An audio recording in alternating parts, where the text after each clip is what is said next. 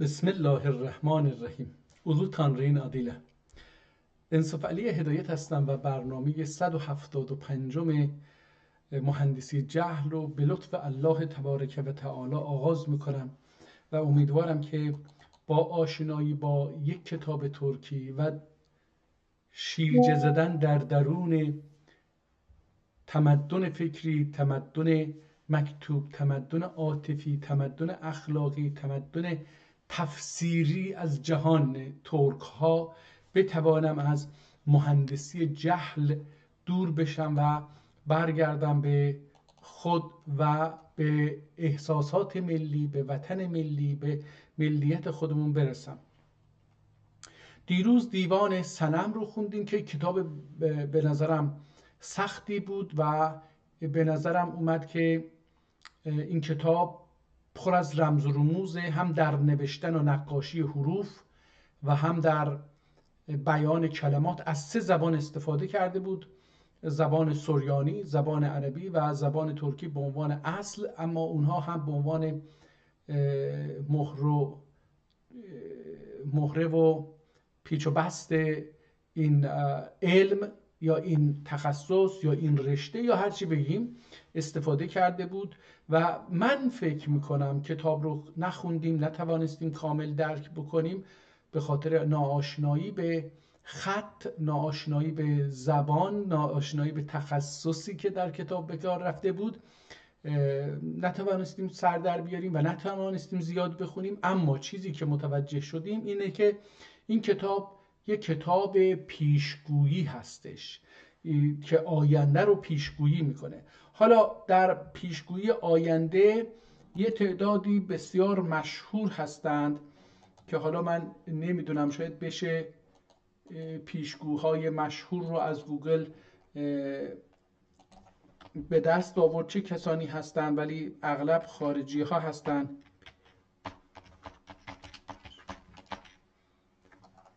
چی شد؟ چرا اینجوری شد؟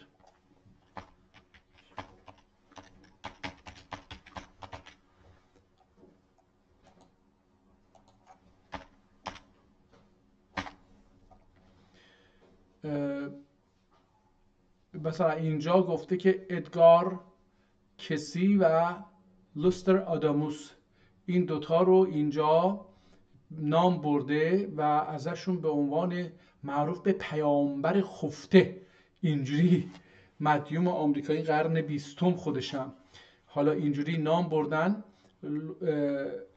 آداموس رو هم که تقریبا یه جورایی چیز شده، معروف شده. و خب حالا ما از این بگذاریم، کاری به این نداریم. برگردیم و ببینیم که در جهان ترک امروز برای ما چه کتابی رو تدارک دیده. دیوان حضرت صنع الله غیبی.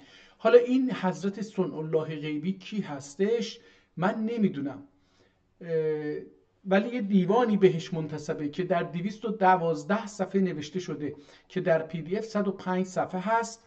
من حالا تلاش میکنم که این کتاب رو اول خیلی خلاصه بتونیم یه نگاهی به کتاب بندازیم. این جلد کتاب هست، میبینید اینجا داخل جلد رو باز کرده، رنگ صفحه 3 یا 2 در اصل از پشت دیده میشه، به این طرف اومده. اینجا این کتاب در کتابخانه سلیمانیه نگهداری میشه و جزو الیازمالار هستش.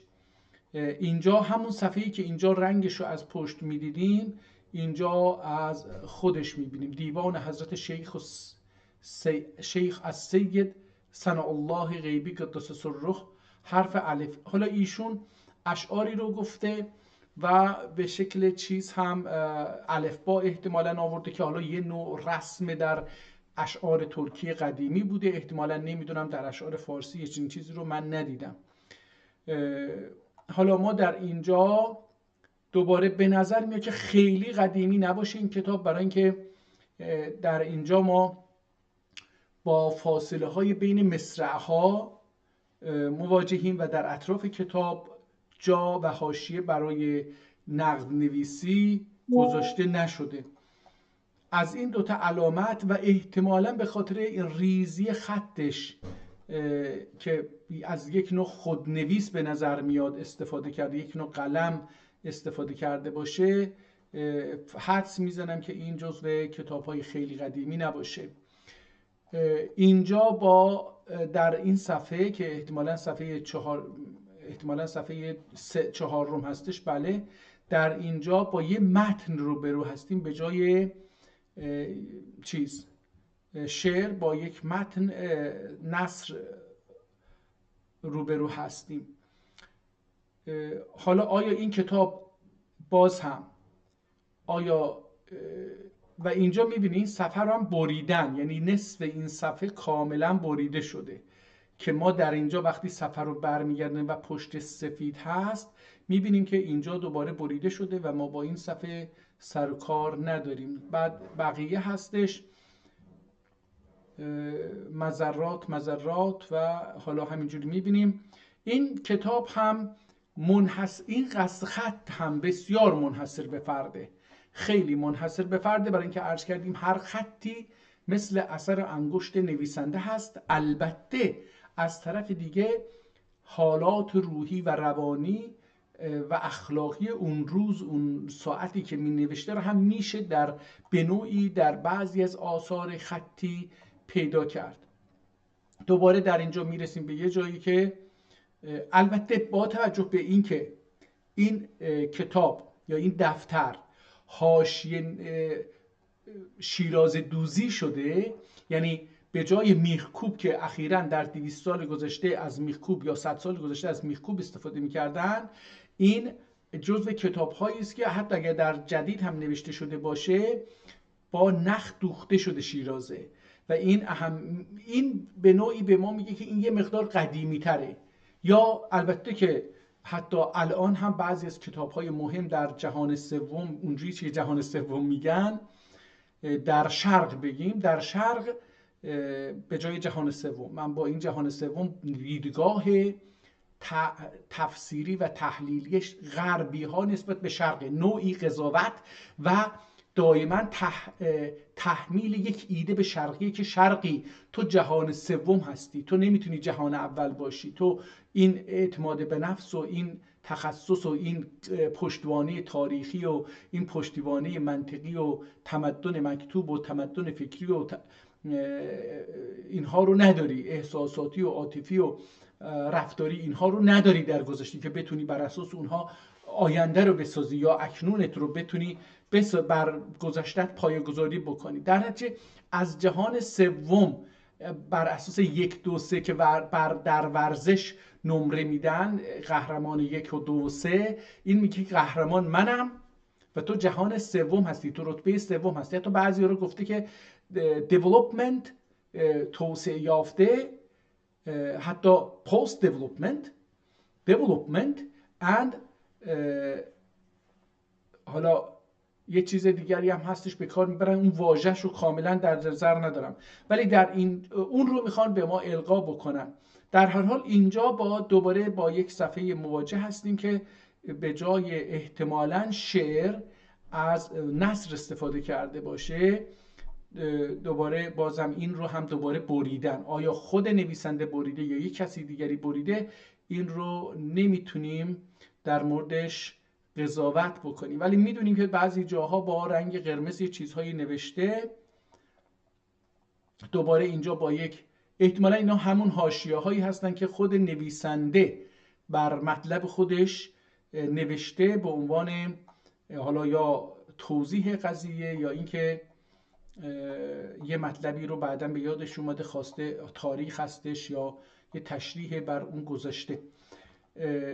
این دستخط منحصر به فردی هستش. احتمال میدم که در خوندن این بتونم 80% موفق بشم، ولی مونده که به وارد کار بشیم و ببینیم که آیا میتونیم بخونیم یا اینکه این هم جزو دستخط‌هایی است که خواندنش برای من وقتگیر خواهد بود و این وقت رو هم در یک برنامه زنده آدم نمیتونه براش تخصیص بده.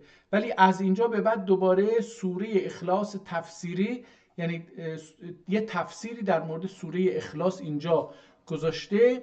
به اساسنا مبتنی اولدغنجه بو اثر میزی مطالعه ایدن زواتان جره ایلا جره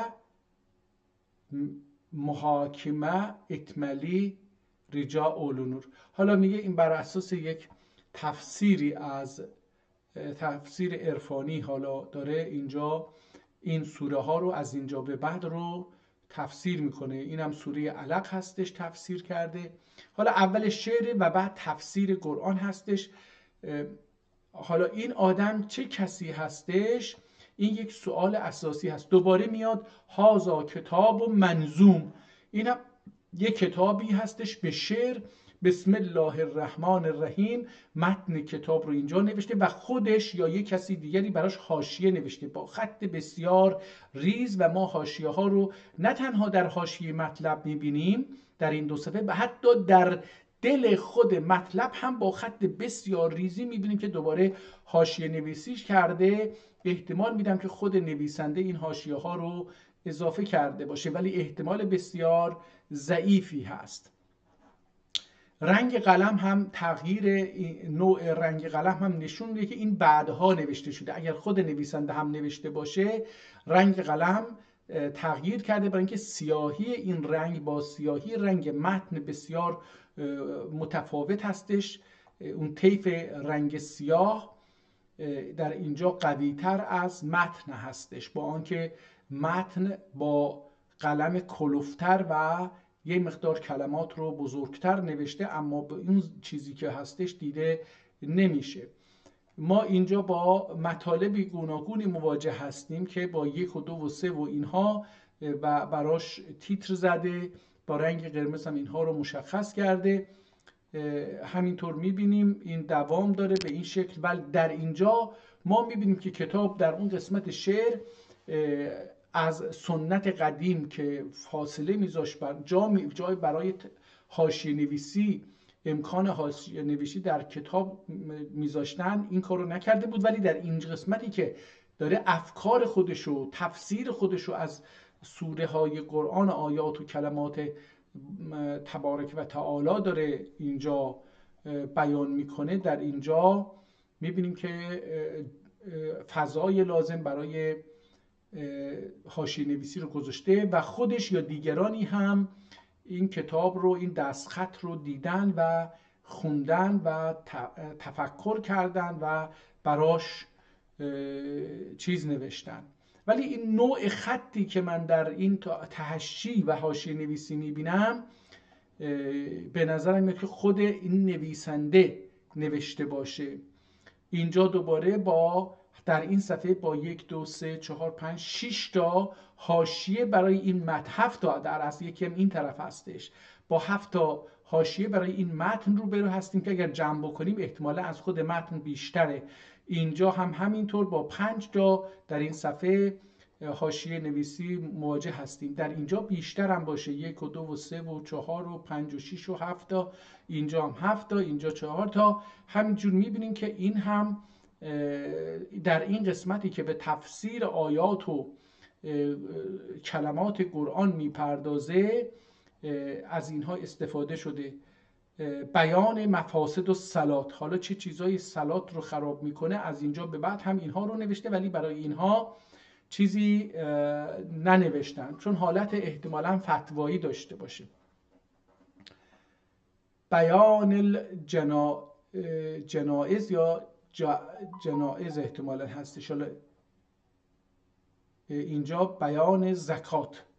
حالا اینجاها دوباره با یک مقداری حاشیه مواجه هستیم، حاشیه نویسی. ولی اینجا بیان مال و زمار، اینجا میبینیم که برای این مطلب بیان زکات البقر، اینها در اینجا که مربوط به مال دنیا، اون دستاورد دنیا هستش، درآمد انسان ها، زحمت انسان ها هستش، میبینیم که خواننده یا خود نویسنده بیشتر وارد شده و تلاش کرده که حاشیه بنویسه. مسائل مالی همیشه چون گریبانگیر افراد بیشتری بوده، انسان ها نظرهای بسیار متفاوتی داشتن که ربطی هم به اسلام نداره. مثلا من یادم اقتصادنا بود و یا آیت الله عراقی کتابی به نوشته بود به نام اقتصادنا.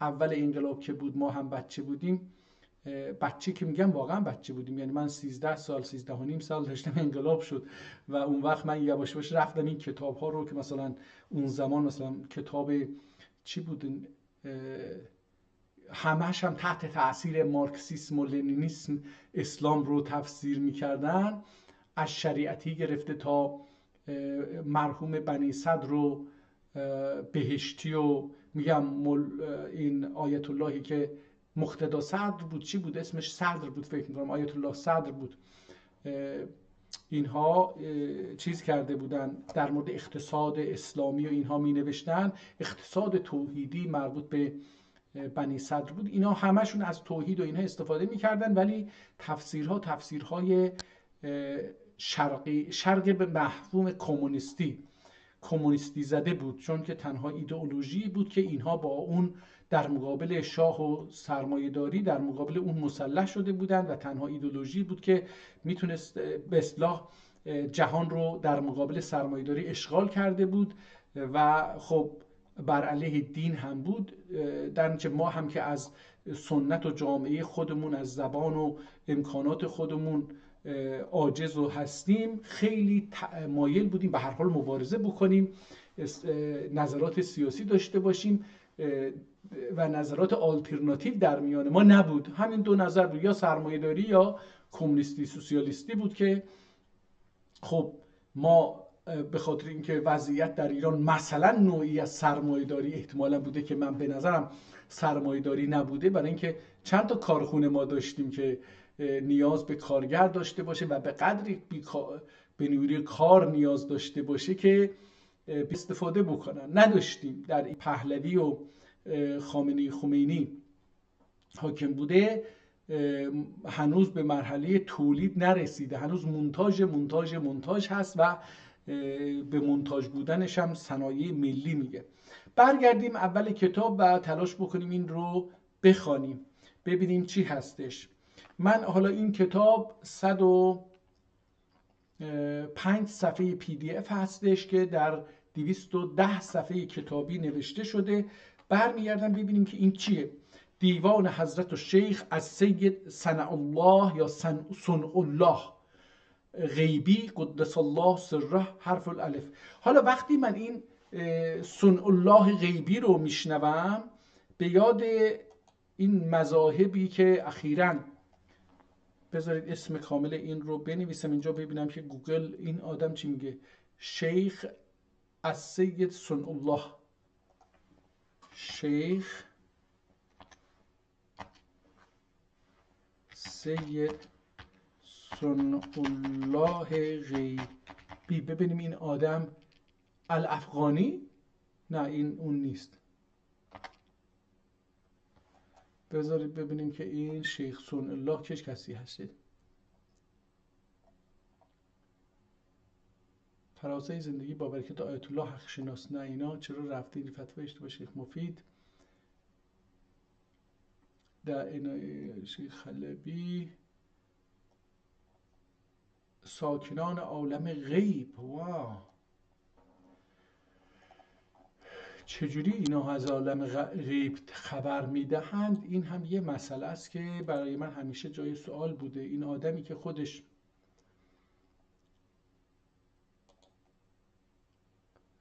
ازش هیچی نمیاره متاسفانه گوگل، یا و من هم حوصله این رو ندارم که در اینجا برم دنبال این، ولی ما میدونیم که در 250 سال گذشته این غرب مسیحی یا بگیم جهان مسیحیت برای از بین بردن ترک ها و اتحاد مسلمانان چند تا هدف رو در کنار هم پیش برد. یکی از اونها ساختن و تراشیدن مذاهب جدید در جامعه و در میان مسلمانان بود، مثل بابیه و بهائیه و اینجور چیزا که خیلی زیاده و اینها باعث شدن که جهان اسلام از چند جهت، حالا من فقط یک جهتش رو عرض کردم، دین هست، ناسیونالیسم قومی هستش که مثلا عرب ها و کرد ها و فارس ها و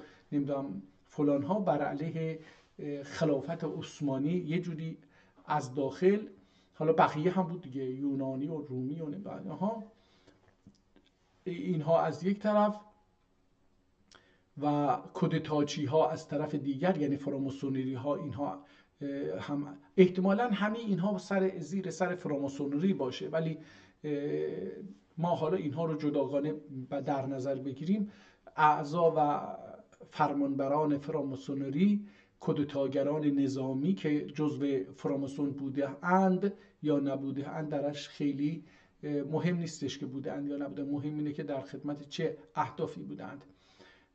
ناسیونالیست های عرض کردم ظاهرا ناسیونالیست های عرب و ناسیونالیست های ارمنی و ناسیونالیست های کرد و ناسیونالیست های روم و غیره، آفریقایی و اینها هم بر علیه دوباره خلافت اسلامی و عثمانی ها تجهیز کردن، اینها رو سلاح دادن، پول دادن، امکانات دادن، آموزش دادن، اینها رو بسیج کردن که تشویق کردن و حمایت های عجیب غریب. در کنار اینها تراشیدن دین ها و مذاهب جدید بود. در کنار اینها علاوه بر اینکه دین رو میتراشیدن، تربیت ملاها و آیت الله ها بود که این اگر اشتباه نکنم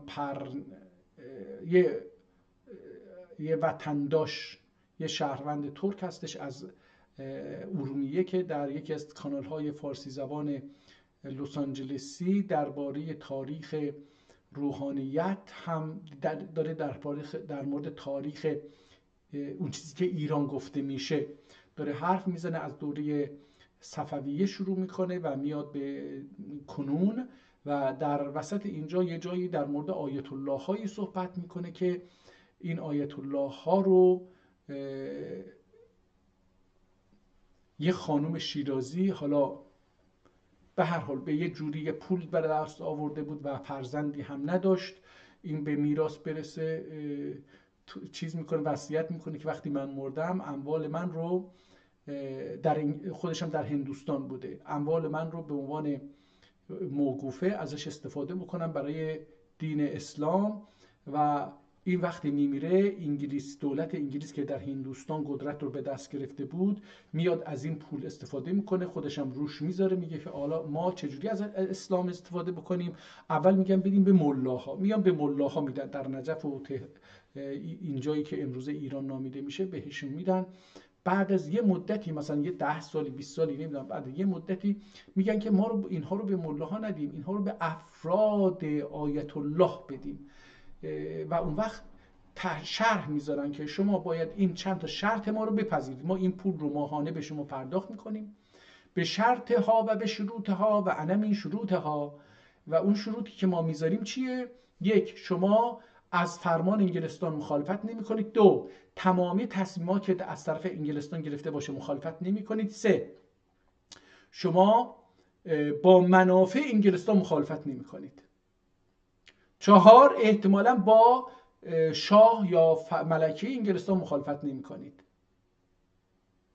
جالبه که من اخیراً یک ویدیو از یه ملا در ترکیه دیدم که خیلی مشهور، این نماز جمعه اینا میخونه، یه خبرنگاری باهاش مصاحبه میکنه و یهو دست میبره این عبای این رو، این قباش هر چیشه است، این رو میگیره، این دکمه اینجاشو میگه آقا این دکمه که روش نوشته علامت ملکه رو داره. میگه من نمیدونم، خبر ندارم. میگه چجور خبر نداری که این از کجا اومده؟ گفته به من کادو دادن، منم کادو رو پذیرفتم. همینجوری میخرن آدم رو. خب حالا در اونجا تصمیم میگیرن که به این آیت الله ها بدن با این شرایط، و این آیت الله ها هم بعداً میرسه به به نهضت تنباکو و مشروطه، اینها دیگه فرمان اون چیز رو میبرن دیگه، اون مرکز رو که احتمالاً حالا به هر دلیلی، من اینجا یه چیزی هست، این کارت ویزیت من هستش، حالا تو جیبم بوده، این رو بذاریم اینجا که در جوناز تیوی بودیم اینا همراه خودمون داشتیم. اینجا تو جیبم بوده برداریم. خب ببینیم چی میشه. به هر حال خواستم بگم که برای از بین بردن اتحاد جهان اسلام 10 کار رو همزمان انجام دادن و یکی از اونها هم ساختن مذاهب جعلی جدید و تشویش اذهان عمومی در اونجا بود که حالا ما باهاش کاری نداریم فعلا، ولی خب یکی از دلایل سقوط جهان اسلام هستش. آدم، حرف الف، آدم معنی در اشیای الابتدا. آدم معنی ورر، این در نیستش، ورر. آدم معنی ورر هم میتونیم بگیم. آدم معنی ورر اشیای اول ابتدا. آدم سوری درر ورر اشیای آخر انتها. آدم معنی ذات جهان آندن بلوب در انتشا. یا حالا این کلمه انتشا یه چنین چیزی هستش، نمیتونم اینو کاملا، احتمالا انتشار باشه، انتها انتشا. پس حالا از این بگذاریم دوباره بخونیم. آدم معنی ورور اشیای اول ابتدا. آدم معنی ورور رون بلوب در انتشا. من میخوام اینو استثناء بخونم ولی نمیشه، نه این انتشار حالت معنی داشته باشه. ذرات رو با تشدید نذاشته، 2 ر گذاشته کنار هم. اولدی خلوت خانه حق جمله عالم سرتسر. اولدی خلوت خانه حق جمله عالم سرتسر. لیس غیران شی، لیس غیر آن شی وردم اگر اصفیا. اگر اخور اصفیا جمع. حالا این آدم هایی که ذوق چیز دارن، درویشی و اینها. حمدلله اهل توحید در کی بلدون زوگله. حمدلله اهل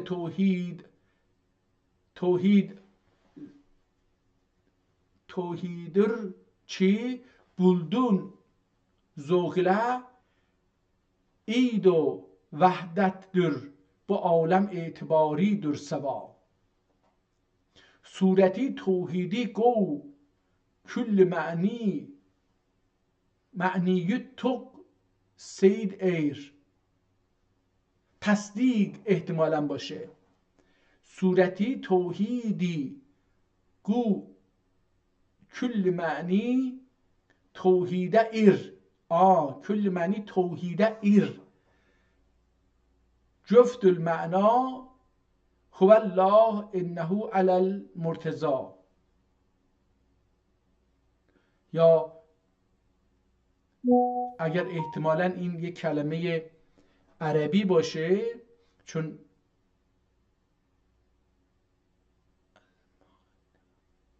گفت المعنا هو الله آن علی المرتضی، احتمالا باید اینجوری بخونیم. این گفتم که به نظرم میاد در وسط این کلمه نه عربی هست نه ترکی. این چه میتونه باشه؟ احتمالا یه کلمه دیگری هست. سر و وحدت ده خبردار اولدون ایسا شیرچی گو. سر وحدت ده سر وحدتن خبردار اولدون ایسا شیرچی گو. نجب bir bula valla neciye neçeden huy ha. huy ha احتمالا. نجب bir bu alem kesrette zura edesün. zura معدسون.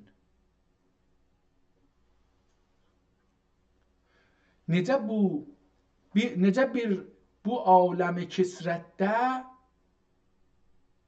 زوران edesin ya zurak edesin. Merkez vahdete kutb ol dur id ki ol dur id ki gülesin sana. حالا این سند نمیدونم، من یه جورایی موندم که این فقط به مفهوم چیز میاره که اینکه قافیه ها جور بشه یا اینکه یه مفهومی هم داره. خب به هر حال شعره و من ترکیم هم ضعیفه. طلب اسمائی سن bizde ismi azamiz. طالب اسمائی sana bizde ismi azamiz. اسم اعظم cümlesiyle yol فنا اجر بقا. حالا اینا دیگه رفت تو فلسفه دینی اسلامی ملاها که بیشتر عرفانی، بخش عرفانی رو داره که اسم اعظم صحبتی لیل فنا اجر بقا. وقتی میگن اینجوری میگن، این رو توضیح میدم، مثال اگه بزنم میگن که یه قطره ارزش وجودیش خیلی، نه اینکه نیست ولی ارزش وجودی چندانی نداره، ولی وقتی اون یه قطره وارد آب دریا میشه درسته در آب دریا و اقیانوس محو میشه دیگه، ناپیداست، گم شد. وقتی قطره بود، منفرد بود، دیده میشد. ما میتونستیم شما یه عددی حداقل بگیم، قطره 1100 میلیونم، 1 میلیاردم، یه اسمی میتونستیم روش بذاریم، چون که دیده میشد، منفرد بود، جدا بود، میشد این رو گرفت و خورد و مالید و هر کاری باهاش کرد. ولی الان که به دریا افتاد، تو دریا حل شد، تو اقیانوس حل شد، حالا نیست، فنا شد در اقیانوس و خودش تبدیل شد به اقیانوس، چون در اقیانوس فنا شده. حالا این مفهوم رو اینجا میخواد برسونه. این همون مثالیه که معمولا در این بحث‌های فلسفی اسلامی ازش استفاده میکنن. یعنی اسماء و حسن اسمانیه یا یعنی اسماء و جسمانیه آدم در همان. من عرف نفسه رمزینی تویدو کی دلا.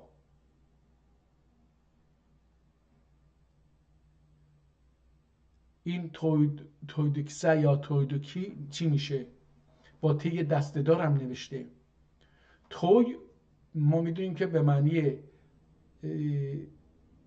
جشن هستش، حالا ممکنه ازدواج باشه، ممکنه جشن جوانی باشه، ممکنه جشن ختن سوران باشه، ولی مربوط به جوانیه. من عرف نفسه رمزینی تویدو کس دلا یا کس دلا یا کسی دلا. صوفی که واقف دگل سر معاد وحدته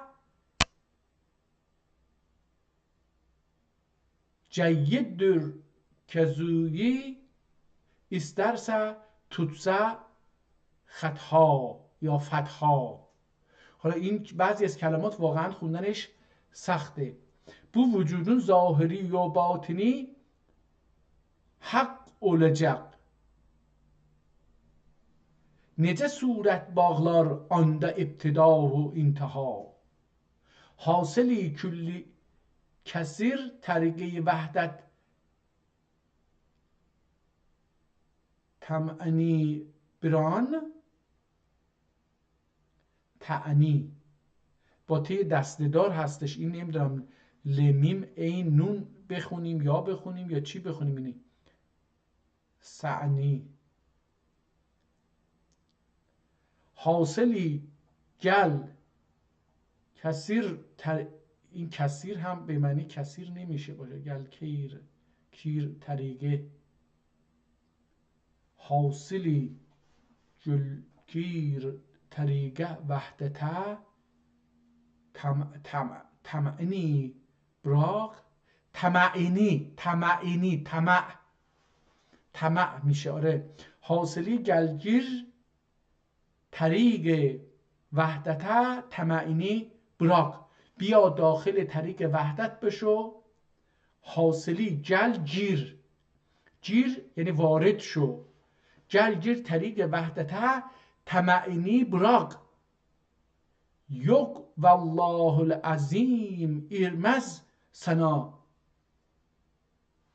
فیض و عطا. احتمالا این فیض و عطا باشه. حالا این یه مقدار صورت اغرسی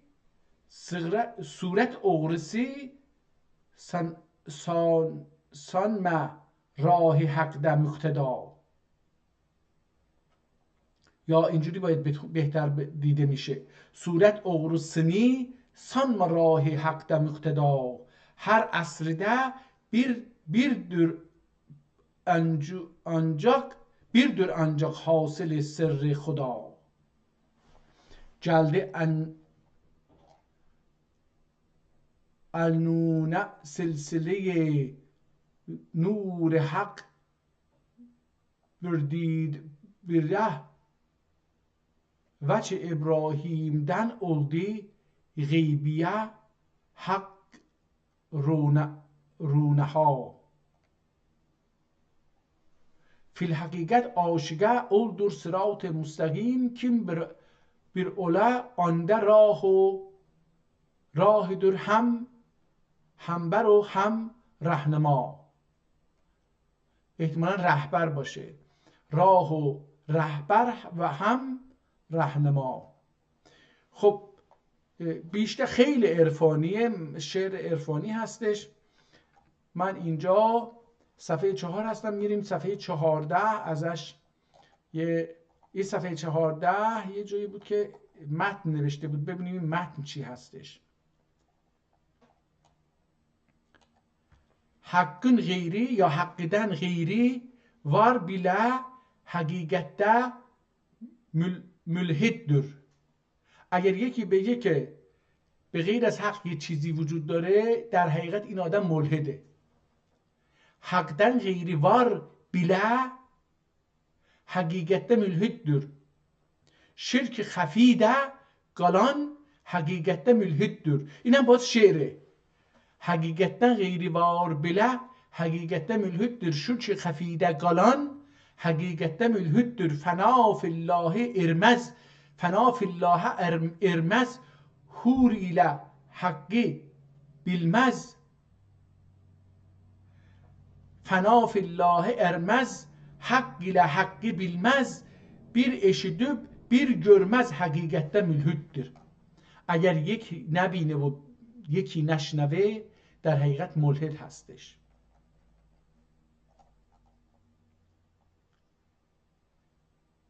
پیر آنون tutmayan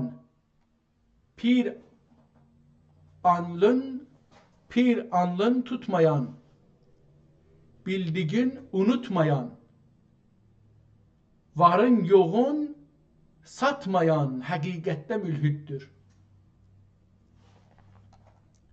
Hak teclis bire nakl etti birden bire. Hak teclisi bire nakl etti birden bire. Hak değmeyen hakka değmeyen son ara hakikatte mülhüttür. Gaybi bitirdi varan könze yoldu yariye. Gaybi bitirdi varan könze yoldu yariye. Çekenler benlik. Çekenler benlik variye hakikatte mülhüttür. Variyen çekenler benlik variyen hakikatte mülhüttür. اینم یه شعری بود در این. من فکر کردم یه متنه در حالی که این شعره. بریم صفحه 20 PDF ببینیم که تو صفحه 20 PDF چه چیزی برای ما داره. دوباره اینجا مثل این که یک صفحه دیگه نه هستش، همینه. بذار ببینیم اینجا یه شعر از کجا شروع میشه. حرف صاد. گل گل جزله رضایی اشک الخاص آنی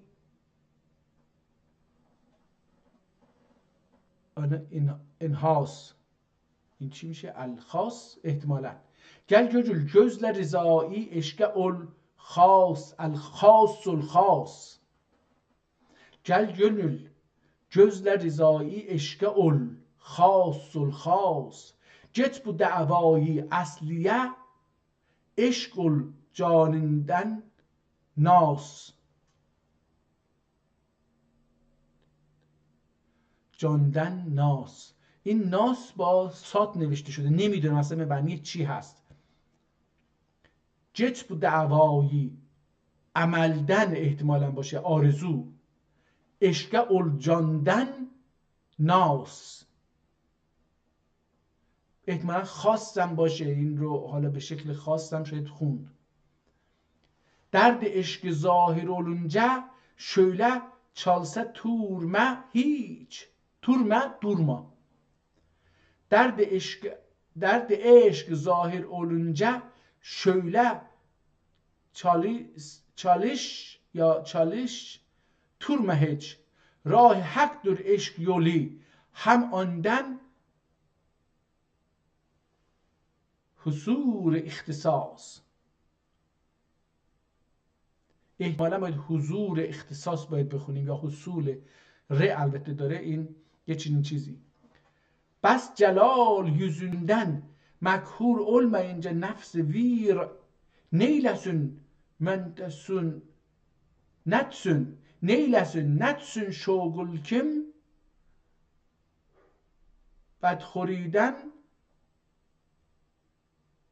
بدخوریدن olmaz خلاص. Her kim gelmedi bu tarikte ömrün افقا eyledi. Ya اخفا یا اخفا. Her kim gelmedi bu tarikte ömrün اخفا eyledi. Derd eşkiden geldi ana bir halk sile ihlas. Bir خلق ile ihlas احتمالاً. حرف ضاد. حمده eyledim bu fen vahdetten iftiras. Hamden eyledim bu fen vahdetten igras احتمالاً. Sünneti fursa gibi sünneti farz gibi kıldım nevafili گتراز. فترازم میشه خوند، حالا نمیدونم این چی میتونه باشه. Kim tevekkül mayesidir dahi teslim و رضا oldu her halide muvafık فرض ile هم اقتراز. نقل اشعار کلامdır مجلس عالم هله. نقل اشعار کلامdır یا نقل اشعار کلامdır مجلس عالم هله. خلق حقه hicab etmekle hem olur imtiras. Alemi mülkü begayı yünde görmektir güzel. Alemi mülkü begayı bunda görmektir güzel. Bu güruhi qavme cehd et qatsun tasih etiraz.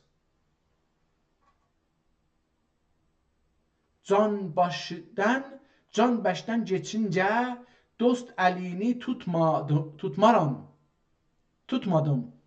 Can baştan geçince dost elini tutmadım. Pes o ruyet yettikçe ani oldum ettim اختراس. این کلمه ها عربی و بسیار سخته. من واقعا معنی بعضی از این آخر کلمه ها رو که قطراس و اقتراز و اقتراس و اعتراض و استقراس و اینها رو نفهمیدم. قافیا یا قاضیا احتمالاً اسم خودشه، بالاش خط کشیده بر بالای اون، احتمالاً اسمشه قاضیا. غیب یدین اوگون درسینی. قاضیا غیب یدین اوگوسن درسینی. حاضر و غایب bir olsun hükmüyle bil استیغاث. این هم از این. بریم صفحه سی ببینیم که صفحه سی ما چه چیزی باهاش روبرو میشیم. یه مقدار کوچیک بکنم، شاید این کوچیک‌تر باشه بهتر دیده بشه. حرف الواو بالا هست. حالا در زیر اون شعر ادامه داره، بذارید ببینیم. بله هنوز الواوه که ادامه داره. من تلاش میکنم از همین الواو بخونم.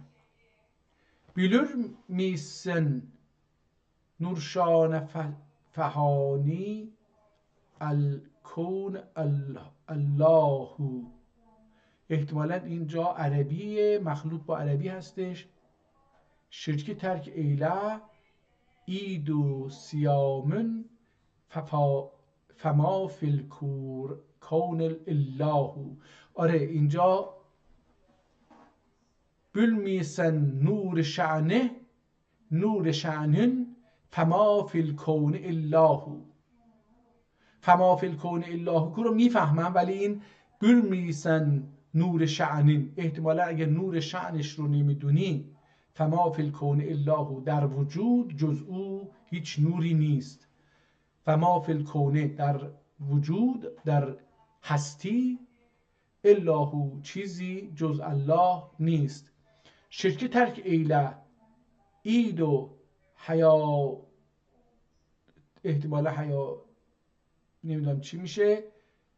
فما فی الکون الله، این فما فی الکون الله در بقیه اشعار هم هی تکرار میشه.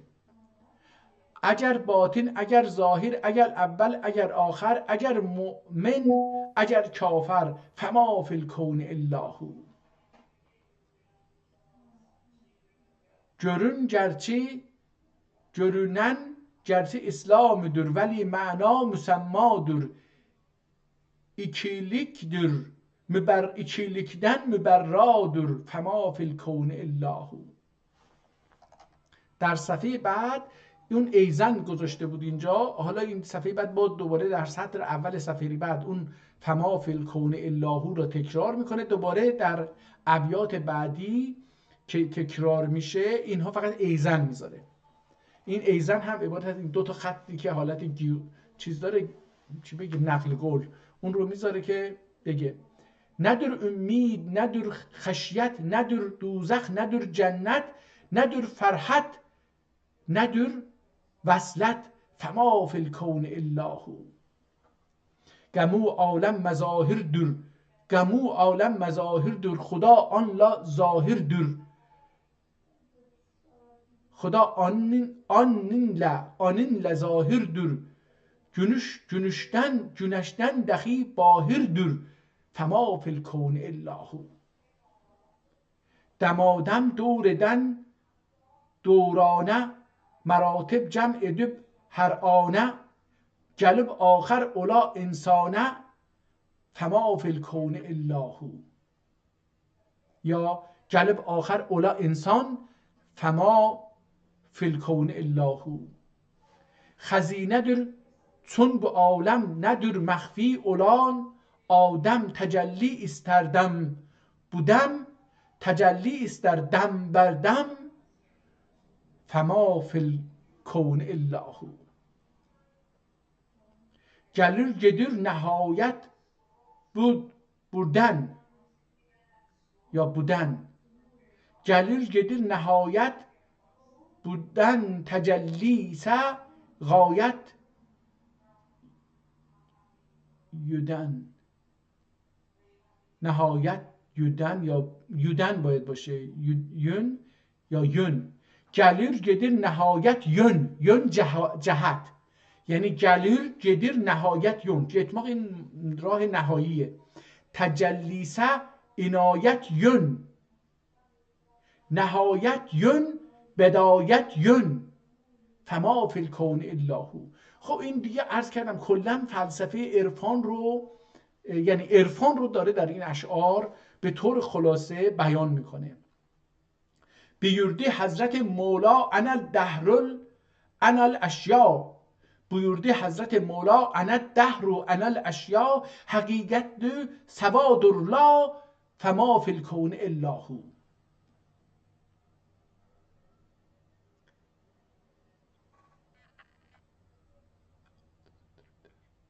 Üstad sitre der eybi, onun destindedir gaybi. Gazi mutala'a lari, larbi ya laribi. Gazi mutlak laribi. فما فی الکون الا هو. اینجا یه فاصله زیادی داده، شعر دیگری رو میاره، ولی چون این در واوه همون واو رو میاره. حالا دوستان یه چیزی متوجه شدم، وقتی این کتاب رو خیلی بزرگ میکنیم اون چیزها بزرگتر دیده میشه، من رو فریب میده که نتونم خوب بخونم. من الان این شعر رو به نظرم بهتر خوندم برای که کوچیک کردم تا این چیزها بهتر دیده بشه. الان یه مقدار بیشتر چیز کردم، من اینجوری نه او بودور نه بو اودور گمو او، نه او بودور نه بو اودور گمو او، همان varlık odur şirkiden ileyke yo یا الین yok yo. Hemen varlık odur şirkiden الین yo. Yü احتمالاً yü دستو بشور. الین yü. Ananiyet sana perde olupdur. Ananiyet sana perde olupdur. Tecelli isterisen seni go فراری بده. یو بشور فعل امر اینها. یو از یوماک، گو قavmak. حالا اینجا ببینیم بعدی چیه. عیان olmaz محظور ما هو الحق.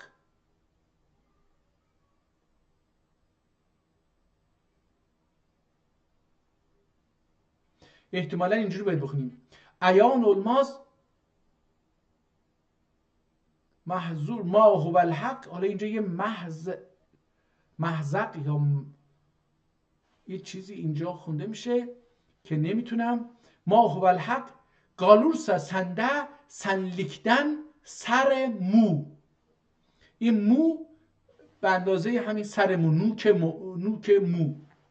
من اینجا مو ندارم، اینجا یه مقدار هستش. حقیقت هویت bir nefsidir. Hakikatte huviyet bir nefestir ya nefsidir. İşarettir ana güya buha hu. این هو به معنی هوه هستش. هوه هم به الله اشاره میکنه. نفس حق اولدغ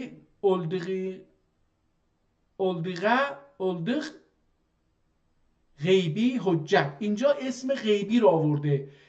احتمالاً این شعر از بالا هم همینطور غیبی اسم شاعر بود.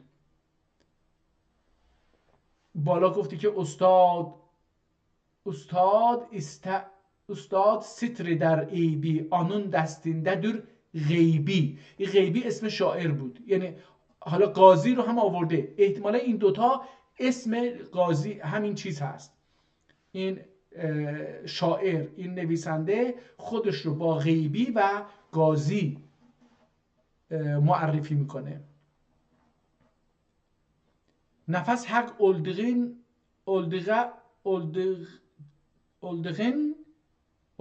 یا غیبی حجت منزه در دینلمز آنا شو بو. دنیلمز گفته نمیشه، منفیه. دنیلمز آنا شو بو، این و این رو بهش گفت نمیگویند. اینجا این با این شعر جدا میشیم. در شعر بعدی این قرمز ها رو میخوام سر در بیارم، فقط این ببینیم چی هستش. جان دل دردینه درمان استه gelsin yeri. Can dil derdine derman iste gelsin yeri. Gene zat-ı hakka irfan iste gelsin yeri. یا gelsin biri. به منظور biri یعنی یکی. بیری به جای بیری بیرو میگه برای اینکه با یرو همگافیه بشه.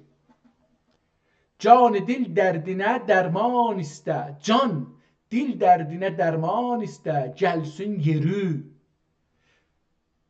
Gene zat-ı hakka irfan iste یا کنه ذات حقه irfan iste gelsin biri. biri یکی.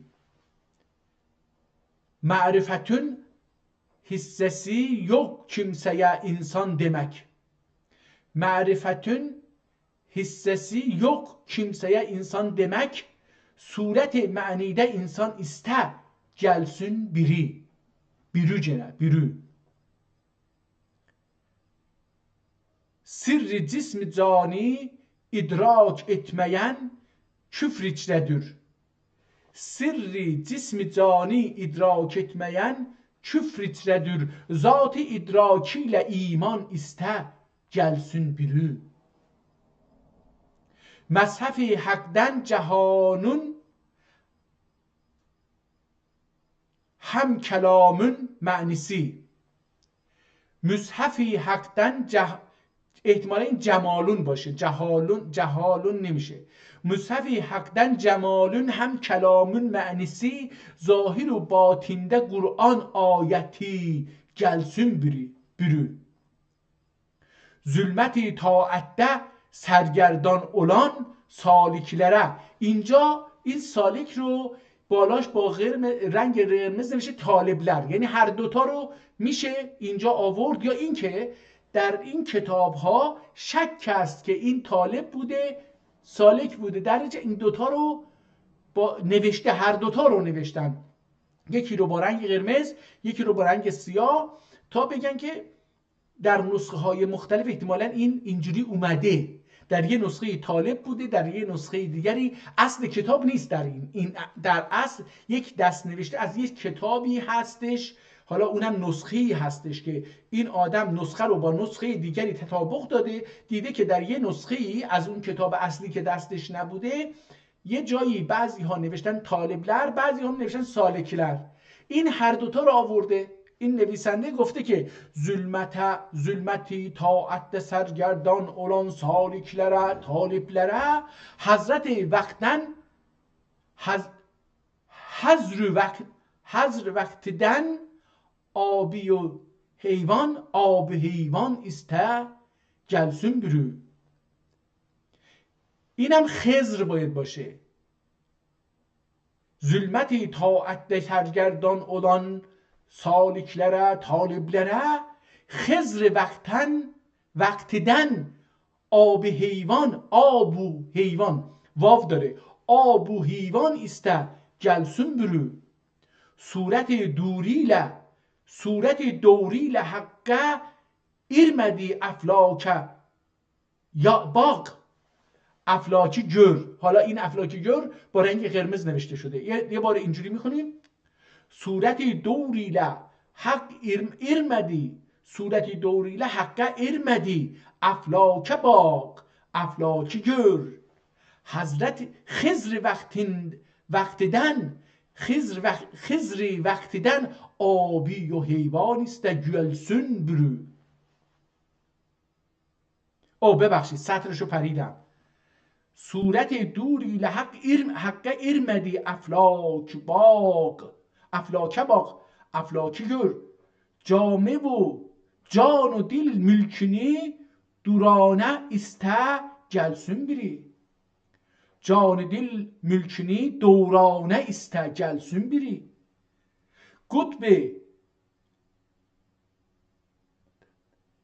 قطب مدن معرفتدür تحت قلبün غیبیا. اسمش غیبی بود، حالا اینجا غیبیا خودشو صدا میزنه. اینجا یه کلمه نوشته که قطب مدن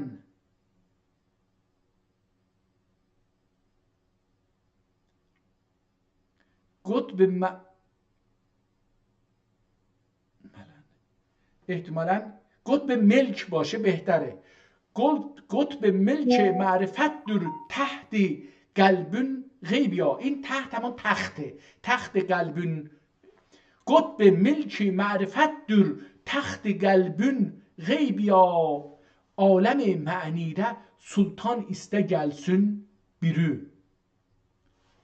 این قرمز ها رو الان من متوجه شدم که احتمال میدم، من احتمالم رو دارم ذکر میکنم که این در نسخه های مختلف بعضی از کلمات رو یه جور متفاوت نوشتن. در نتیجه این هر دوتا رو اینجا نوشته. مثلا در این شعر bir سوئیس درور حقه تغریول، bir سوئیسی درور حقه تغریول آنا راجع در حقیقت رمز هو. حالا اینجا بالا نجه آنین چون oldu bir mir'at hu. حالا این مثلا این کلا این بیت مصرع دومش کلا میگه که یک چیز دیگری هست. بریم صفحه 40 PDF ببینیم که اونجا با چه چیزی روبرو هستیم. تفسیر. حالا رسیدیم به قسمت تفسیر. از همین بسم الله الرحمن الرحیم شروع بکنیم. یه صفحه 38 39 سوره علق تفسیری. حالا بالا هم سوره حمد بود، اینو بریم از سوره حمد بخونیم. من این سوره حمد رو بخونم ببینم چی میگه. سوره اخلاص تفسیری. بسم الله الرحمن الرحیم. قل هو الله احد الله الصمد لم یلد ولم یولد ولم یکن له کفوا احد. قل مقام عبدی جمعیدن مظهر تفصیل واردور bir emridir. قل خودش امرdir. هو mübtedadır. احدیت احدیت صرفیدن و بلا اسم و بلا صفت ذات بحت و حقیقت مطلق دن عبارتdir. حالا خود این قل هو رو داره معنی میکنه که هو مبتدا داره احدیت صرفیدن و بلا اسم بلا صفت، یعنی بلا صفت دیگه، ذات بحت و حقیقت مطلقدن عبارت داره. این معنی کرد که هو منظورش چی هست. الله bütün صفات کمالیه‌ای müstecmi o طی اعتباریله ötesi itibariyle zat-ı mutlakın ekmidir ya ekmelidir ihtimalen. İsmidir, bebakşid. Zat-ı mutlakın ismidir. Huve'den bir bildir. Huve'den bildir. Hala bebinin yani çi? Bu ismin Huve'den bedel gelmesi sıfatı aynı zat olduğuna delilidir. Bu ismin Huve'den bedel, yani Allah, این که الله اومده اسم الله Huve'den bedeldir. Yani اون الله هو الله اون الله بدل از هو هستش، به جای هو به کار میره. هودن بدل دور. Bu ismin هو یعنی bu ismin hüveden bedel gelmesi ya kılınması sıfat eyni zatı olduğuna delilidir. Zira burada bedelin mübeddelün minhün eynidir. Bedel mübeddelün minhün eynidir. مبدل من میشه هو خودش. خیلی گاتش میشه، یعنی من متوجه میشه ولی دوستان خیلی این سخته. باید رو تخت سیاهی باشه بنویسادم بگه که این هو هست، این الله وقتی میاد این میگه الله خود هو هست اومده، این مبدل الله مبدل هو هستش و اون وقت توضیح میده که مبدل عین بدله، بدل عین مبدله. اینجوری یه توضیحی اینجوری میده که این حالا در زبان عربی و رشته‌های تخصصی مربوط به فلسفه و منطق و عرفان عربی و ترکی این وارد شده و بحث‌های خیلی پیچیده‌ای رو داره. احد چی هست؟ میگه مبتداانون خبری دور. اون هو که مبتدا بود حالا این خبرش هستش. اون الله هم گفتش که چیز هستش، بدله از هو. احد مبتداانون خبری دور. احد ایل واحد آرسنده که فرق حالا بین احد و واحد چه فرقی هست اینو میخواد بنویسه. دو نقطه گذاشته، احد رو داخل چیز قرار ده. احد اسما و صفات دن مجرد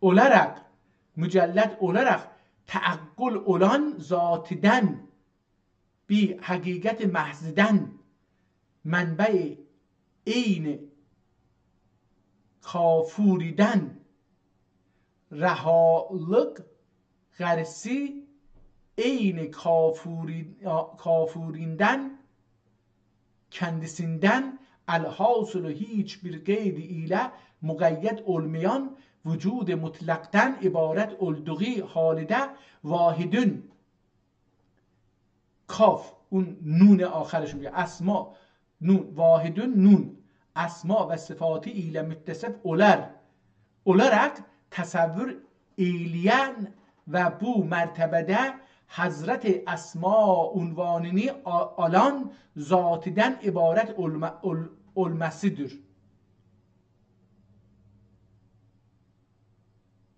حقیقت محض دیگه بحث پیچیده هست، خیلی هم جالب. البته من دوست دارم اینو ادامه بدم ولی از اون طرفم باید برم، خیلی فرصت ندارم. بریم صفحه 50، یه چند سطر از صفحه 50 بخونیم. این همون صفحه‌ایه که اومد و خیلی در رابطه با اون متن توضیح حاشیه داد. دخیصن نزع وارمزدن کنتسون غربدنده یا غرب دغمازدن ایمانون و اول اتوق شرط bu iki şey yaşa gelmezden ya başa gelmezden imanın yokluğuna hem alamet olmaya dilde küfür sözler başında şabge zunnar şapka başında şapka همون başında şapka zunnar olmaya belde imam Maturidi der sabi akile iman olur. Farz etme اسم دقی هم yerleri نیران ایمانده etmedim تقلید تقنیات edip تصدیق به حمدالله لطفی به hamdullah lütfetti delil ile eyledim tahqiq بقیه شل شیعه درler ki zaviye زوالın احتمالی yoktur. تحقیق، حالا اینجا داره تحقیق رو میگه، تحقیق بقیه شل شیعه derler ki زوالنه احتمال yoktur. موافق نفس الامر ol خلافın احتمالی yoktur. عقیدمده درونی اهل سنت مذهبین tuttum. Amelde mezhebim Nu'man anın ra'yi kabul ettim. Kitab-ı icma-ı sünnetten çıkardığı hükümlerde sebeplerinde şartında mevane hem hüccetler bulupsa ihtimalen hüccetler bulupsa yerde imamıdır. Ana hiç itiraz etmem furu'i hükm şer'i içtihadinde غیری گتمم. حالا دیگه این دیگه داره از یه امامی این چیز رو توضیح داد که یقین چی هستش. وقتی یقین میکنید دیگه براش اعتراض نمیکنید. ما با این نوع یقین البته فعلا در این زمان باهاش مخالفیم، ولی در دین حالا بعضی ها یه نظرهای دیگه دارن. اینجا میرسیم به صفحه 60. بیان موجب این چیه؟ ببینید اویانسه یا اویتسه او تصوردن بالغ منی یا خود مزی بولسه. حالا یکی خوابیده تو خواب شهوت آلود دیده، خودشو خیس کرده، اینو داره میگه. اویانسه او یوگودن اینجا میشه دیگه. اویانسا اویوگودن بالغ منی یا خود مزی بولسا. ظاهرا اون آبی که از جنس مرد میاد بیرون به هنگام شهوت، حالا یا خواب ببینه یا چیز، اسمش منی هست و اگر از خانم اینگار که بیاد بیرون اسمش مزی هست. احتمال میدم، من با اینها آشنایی ندارم. یادگیری مشتها ناس خطایه یری دخول السه. حالا اینجا دیگه رفت داخل یه چیزایی که من تو این برنامه نمیتونم ترجمه بکنم. خیلی دیگه خیلی بی پرده داره مسائل مربوط به روابط جنسی بین زن و مرد رو داره توضیح میده. خب من برم صفحه 70 ببینم اونجا چه خبر هست. هرچی هستش آلتینجی نصاب گولون طلب اتدیگی برجدن زیاده و خوایج اصلیه sünden ziyade olmazsa lazım değil. Mesela 300 dirhem gümüş malik olan kimsenin 100 dirhem gul borcu var. Gul borcu yani به انسان بدهکاره. در فکر ترکی گناه و یا کارها دو نوع هستند.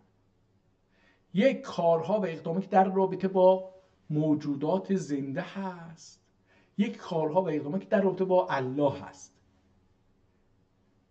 به اون چیزهایی که در رابطه با گول هست، یعنی انسان به انسان کاری داره انجام میده، قول و وعده داده، بدهی و اینا داره، اینا میگن بدهی به گول، یعنی انسان.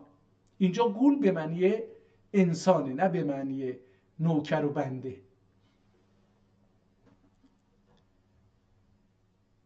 yüz dirhem gul borcu olsa ol kimseye zekat farzdır. Bu surette 200 dirhem gul borcu olsa zekat vacip değildir. و حالا اینجا تجارت معنونه احتمالاً علی،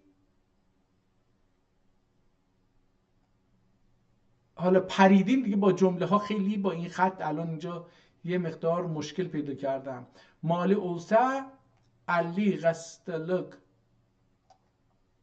غزتلک. حالا این چی میشه؟ مالی اوسا 25. بریم صفحه دیگر. اینجا حالا یه مقدار افتادم به تله چون تخصصیه و این بحث‌های تخصصی واقعا کلمات تخصصی کار دست دادن میده. بریم صفحه 80. اورجی بزمیان şeyler، اون چیزایی که روزه رو باطل نمیکنن. Unutmakla yiyen, yese, içse ya bir şahsı cima etse, tezekkür vakti bunlardan da filhal imtina etse, bila qasd boğazına daxil duxan, toz ya senin gitse یا سنون گتسه. این سنون چی هست؟ گتسه بلا انزال عیوب یا ها دخان توز یا سنون گتسه بلا انزال عیوب گاچوب öpüp گاچوب غسل هم غرغره etse وضو badur. 1-2 رامله جفه گدر ایسه نخودden az taami değse arasından utar ile yuta ise veya sürme çekip sanımdaki taamini bülse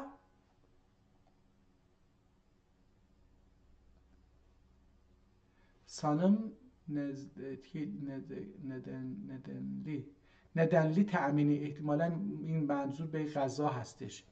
یا gündüz احتلام olup gecedeye باجون بگالسه.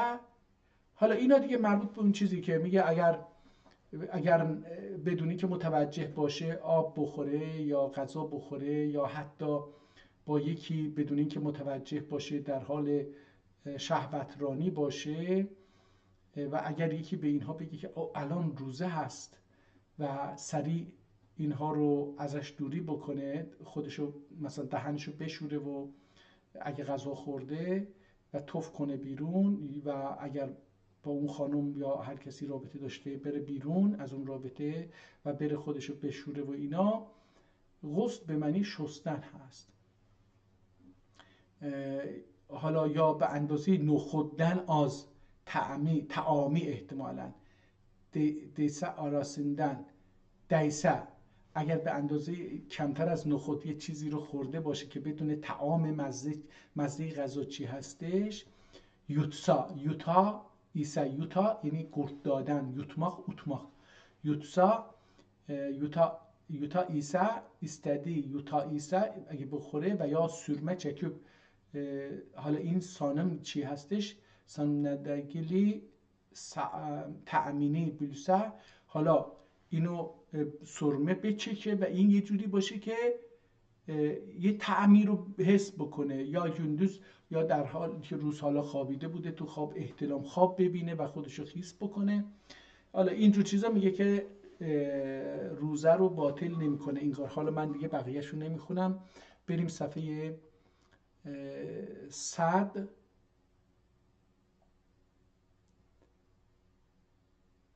PDF رسیدیم. ببینیم اینجا چی رو میتونیم بخونیم. از صفحه یه جایی رو شروع بکنیم بریم مثلا صفحه آخر دیگه. این صفحه 105 صفحه هست. صفحه آخر رو بخونیم و تمام بکنیم. ببینیم آیه بیان اظهار. اگر زوجه‌ای یا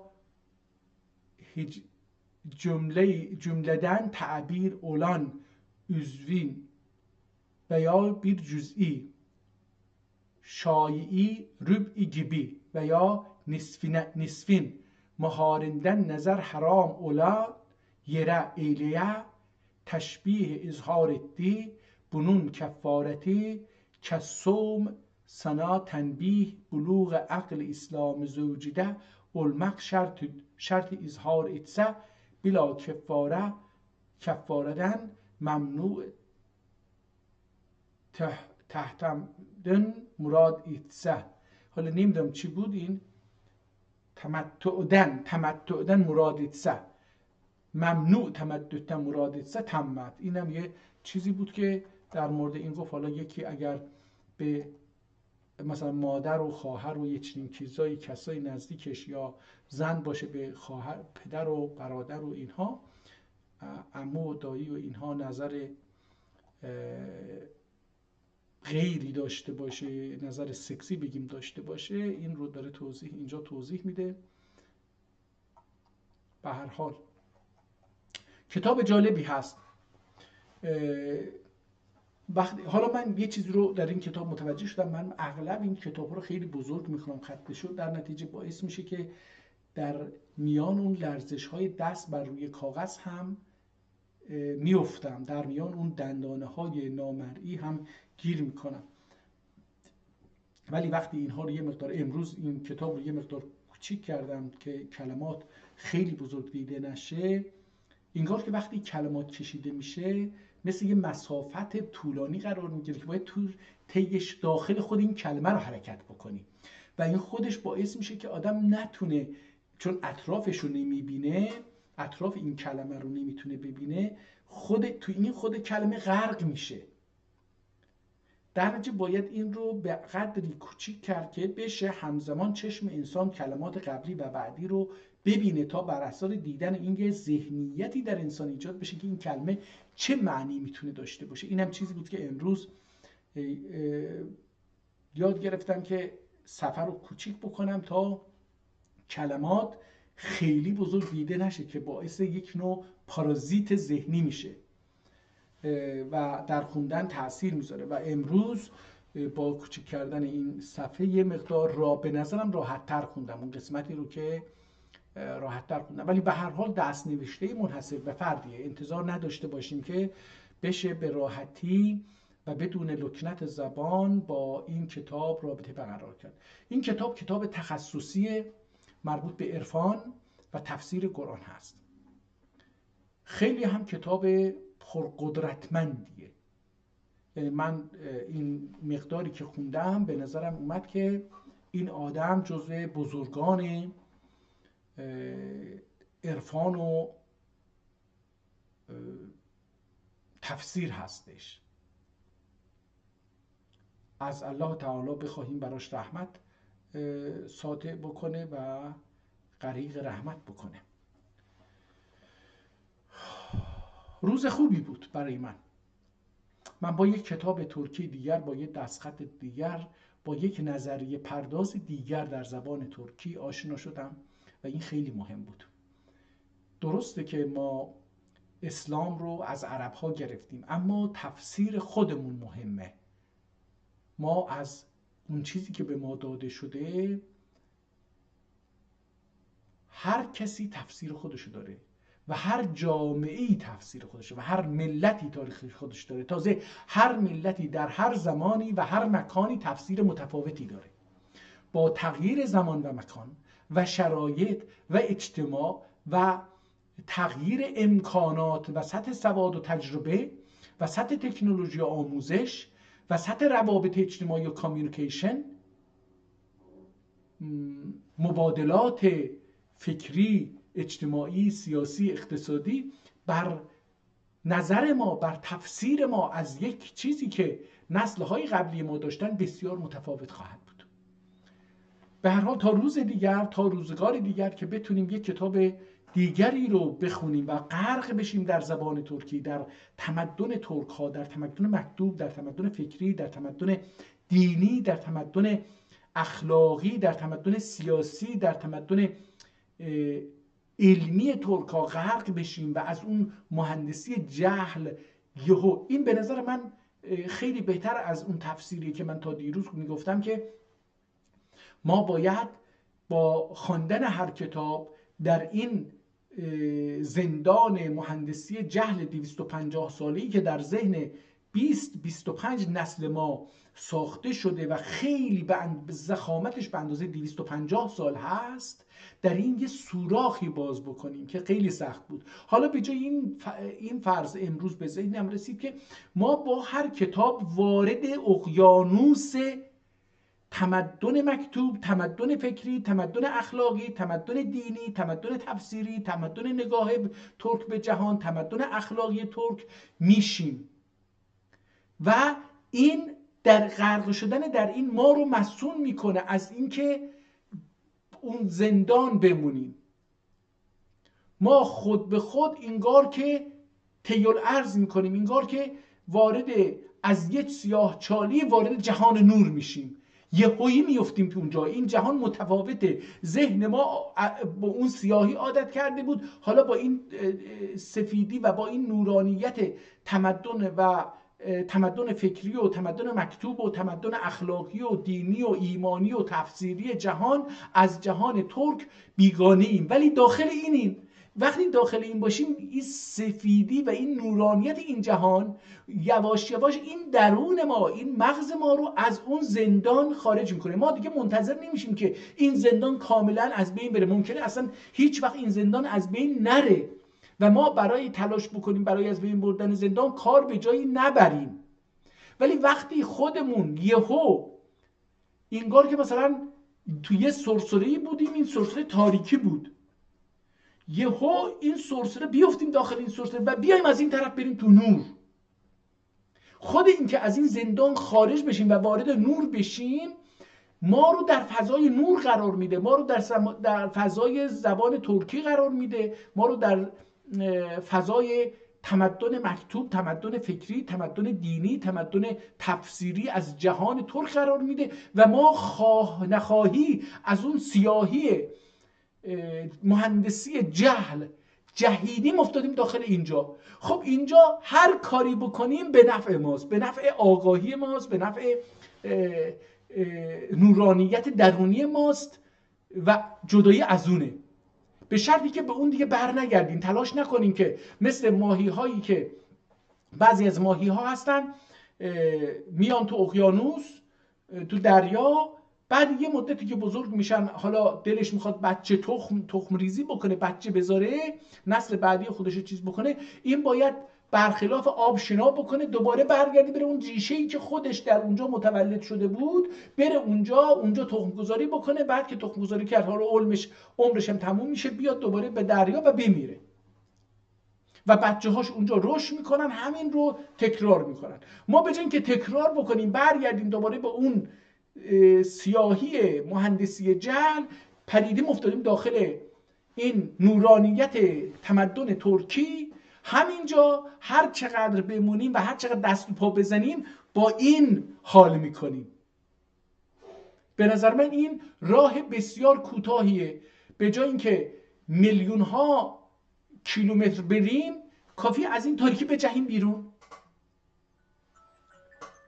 روز و روزگارتون بخیر، به امید دیدار در یه روز دیگر و الله تبارک و تعالی رو شکر سپاس و منت داریم که امروز برای ما یه چنین کتابی رو جلوی ما نهاد و ما امروز با یک چنین عظمت علمی عرفانی نه علمی نگیم ولی عرفانی روبرو شدیم، فلسفی روبرو شدیم که اون هم در قالب شعر و تفسیر قرآن بسیار عالی و ما رو به درون دریای تفکر ترکی برد. ولی خب ما برای اینکه با تفکر ترکی آشنا بشیم، ما کتاب رو از اول تا آخر بخونیم. من فقط اینجا دارم با کتاب ها آشنا میشم، به خودم میگم که خب یه دریا یا اقیانوس ترکی وجود داره که در مقابل این کاسه کتاب های فارسی قابل مقایسه با کتاب ترکی نیست.